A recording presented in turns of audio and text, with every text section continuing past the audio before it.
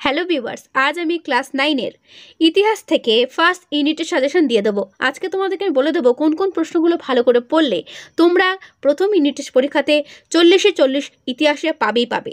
তো চলো আর দেরি না করে শুরু করছি প্রশ্নোত্তরগুলো। ঠিক আছে, এর আগে আমি অন্যান্য চ্যাপ্টারে দিয়ে দিয়েছি, যে বা যারা এখনও দেখোনি তারা কিন্তু অবশ্যই আমার এই চ্যানেলে এসে প্লেলিস্ট ফলো করবে, সেখানে ক্লাস 9 দেখবে, পেয়ে যাবে। ঠিক আছে, তো চলো শুরু করছি ইতিহাসের প্রশ্ন।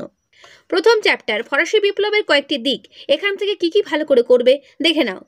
প্রথম প্রশ্ন, কে ফ্রান্সকে ভ্রান্ত অর্থনীতির জাদুঘর বলেছেন? আমি কিন্তু তোমাদের উত্তর সময় দেখিয়ে দিচ্ছি, যাদের বই নেই তারা এখান থেকে উত্তরটা নিয়ে নেবে। ঠিক আছে, যাদের বই আছে তাদের তো কোনো কথাই নেই, মার্ক করে নেবে বইয়ে, যার যার বইয়ে। ঠিক আছে, তো দেখো নেক্সট প্রশ্ন, ফরাসি বিপ্লব কত খ্রিস্টাব্দে শুরু হয়েছিল? খুবই গুরুত্বপূর্ণ। তারপরে প্রশ্ন, ইন্টেন্ডেন্ট কারা? ওকে, ফ্রান্সে কত ধরনের প্রত্যক্ষ কর ছিল? ফ্রান্সে প্রচলিত কয়েকটি প্রত্যক্ষ করের নাম লেখো। এই করগুলো ভালো করে পড়বে ডিটেলসে। প্রথম কর দেখো রয়েছে টেইলি কি। ঠিক আছে, তোমাদের কিন্তু 40-এ পরীক্ষা হবে ঠিকই, মাথায় রাখবে শর্ট প্রশ্ন বেশি থাকবে। শর্ট প্রশ্নগুলো অ্যান্সার করতে পারলে অনেকে কিন্তু পাস নম্বরও তুলে ফেলতে পারবে। তাই প্রত্যেকে আমি সাজেস্ট করবো শর্টগুলো ভালো করে পড়ো। ওকে, এটা একটা পুরনো বই বলে বইটা এরকম দাগানো, তার জন্য কিছু মনে করো না, কিন্তু প্রশ্নোত্তরগুলো ভালো করে দেখে নাও, তাহলেই হবে। তারপরে প্রশ্ন, ক্যাপিটেশন কি, ভিংটিএমএ কি? ঠিক আছে, অ্যান্সার সমেত দেওয়া রয়েছে, তোমরা কিন্তু এখান থেকে দেখে নিও। তারপর ফ্রান্সের ধর্মকর কি নামে পরিচিত ছিল অথবা টাইথ কি? ওকে, তারপরে প্রশ্ন, কারভি কি? পরের প্রশ্ন, সাকুলোত কাদের বলা হয়? Very very important. বুর্জোয়া বিপ্লব কাকে বলা হয়? The spirit of laws, the Persian letters গ্রন্থের রচয়িতাকে, কাদিত গ্রন্থের রচয়িতাকে। 3টে গ্রন্থের রচয়িতা ভালো করে করবে। ঠিক আছে, টেনিস কোর্টের শপথ কবে গ্রহণ করা হয়? বাস্তিল কি? কবে বাস্তিল দুর্গের পতন হয়? দুটো প্রশ্নই ভালো করে করবে। জাতীয় সভাকে সংবিধান সভা বলা হয় কেন? Very very important. ওকে, জাতীয় সভাকে সংবিধান সভা বলা হয় কেন? মিরাবো কে ছিলেন? অ্যাসাইনেট কি? সেপ্টেম্বরের হত্যাকাণ্ড কি? কোন সময়কালকে সন্ত্রাসী শাসন বলা হয়? তারপর মাস্কাদিন বাহিনী কি? ফরাসি বিপ্লবের আদর্শগুলো কি কি? সন্দেহের আইন কি? কোন গ্রন্থকে ফরাসি বিপ্লবের বাইবেল বলা হয়? তারপরে প্রশ্ন, অরিজিন অফ ইনইকুয়ালিটি গ্রন্থের রচয়িতাকে। ঠিক আছে, তারপর কাকে ফরাসি বিপ্লবের জনক বলা হয়? তো এই হলো মান 1। এবার চলো 2 নম্বরে কি করবে। কাকে বা কে ফ্রান্সকে ভ্রান্ত অর্থনীতি জাদুঘর বলেছেন, কেন বলেছেন? Very very important. তারপরে প্রশ্ন, রাজনৈতিক কারাগার কাকে বলা হয়, কেন বলা হয়? ক্যাপিটেশন কি? ভিংটিএমএ কি? এগুলো শর্টের জন্য করবে, বড় জন্য করবে। টাইথ কি? করভি কি? ঠিক আছে, ফরাসি বিপ্লবের পূর্বে ফরাসি সমাজ কয়টি স্টেট বা সম্প্রদায় বিভক্ত ছিল? বিভাগগুলো কি কি? Very very important. ইন্টেন্ডেন্ট কাদের বলা হয়? অনেকেই কমেন্টে আমায় জিজ্ঞেস করেছিলে ইন্টেন্ডেন্ট কাদের বলা হয়, অ্যান্সারটা এখান থেকে নিয়ে নেবে। তারপরে প্রশ্ন, ফিজিওক্র্যাটস কাদের বলা হয়? ফরাসি বিপ্লবের জনক কাকে বলা হয়? কোন গ্রন্থকে ফরাসি বিপ্লবের বাইবেল বলা হয়?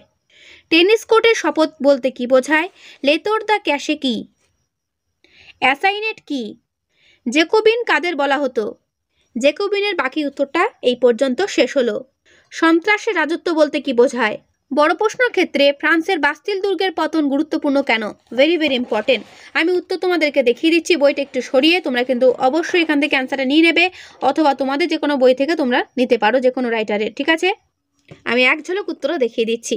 ঠিক আছে, অনেকটা বড় আছে প্রশ্ন উত্তরটি, তো তোমরা কিন্তু দেখে নিও। ফ্রান্সের ইতিহাসে 1789 খ্রিস্টাব্দের 4 আগস্ট কেন গুরুত্বপূর্ণ, অথবা ফ্রান্সের সামন্ত প্রথার বিলোপ কবে এবং কিভাবে হয়? ঠিক আছে, খুবই গুরুত্বপূর্ণ প্রশ্নটি। এটার উত্তর তোমাদেরকে আমি দেখিয়ে দিচ্ছি, তোমরা উত্তরটা দেখে নাও। ওকে, থার্ড স্টেট বলতে কি বোঝায়? খুবই গুরুত্বপূর্ণ, দেখে নাও উত্তরটি।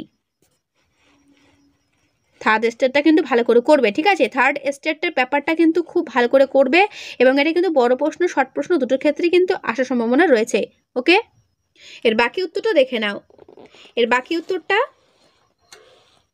এই পর্যন্ত শেষ হলো। তারপরে প্রশ্ন, ফ্রান্সের কর ব্যবস্থা বৈষম্যমূলক কেন ছিল?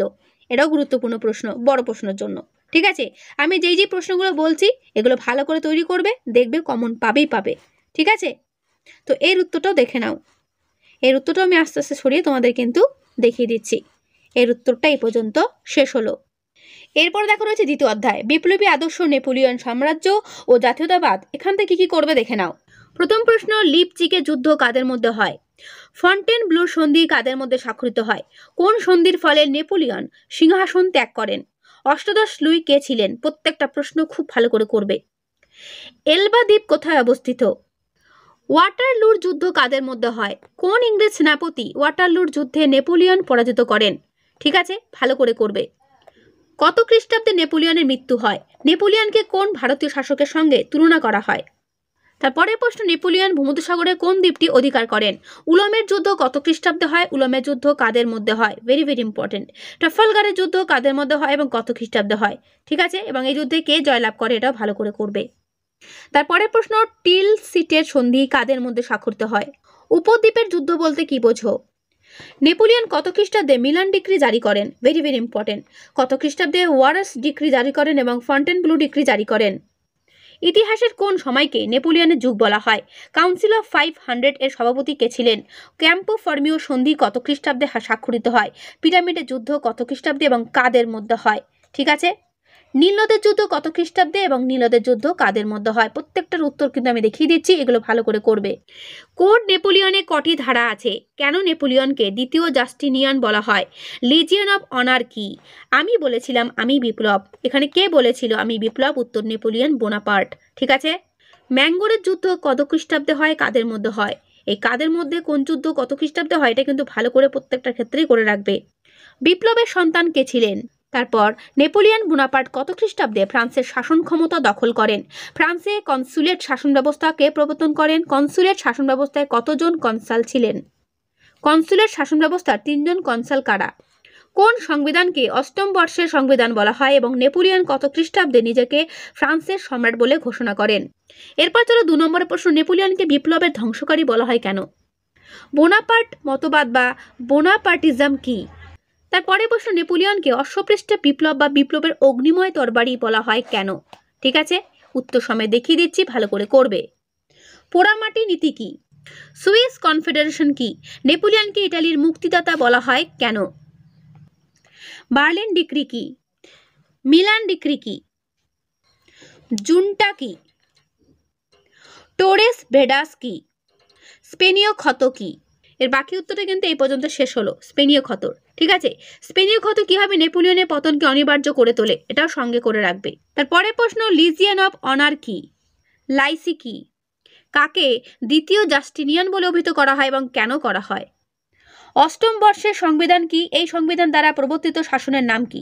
তারপরে প্রশ্ন, 18 ব্রুমেয়ার ঘটনা বলতে কি বোঝায়? তারপরে প্রশ্ন, মন্ট জিলার্ট কে? কনকর্ডাট বলতে কি বোঝায়? অর্গানিক শর্তাবলী কি?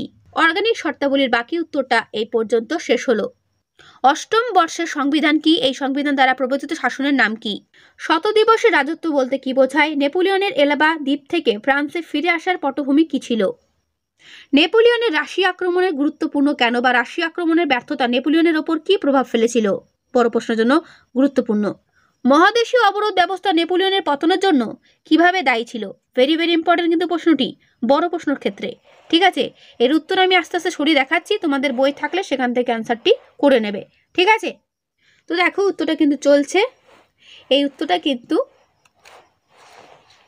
এই পর্যন্ত শেষ হলো।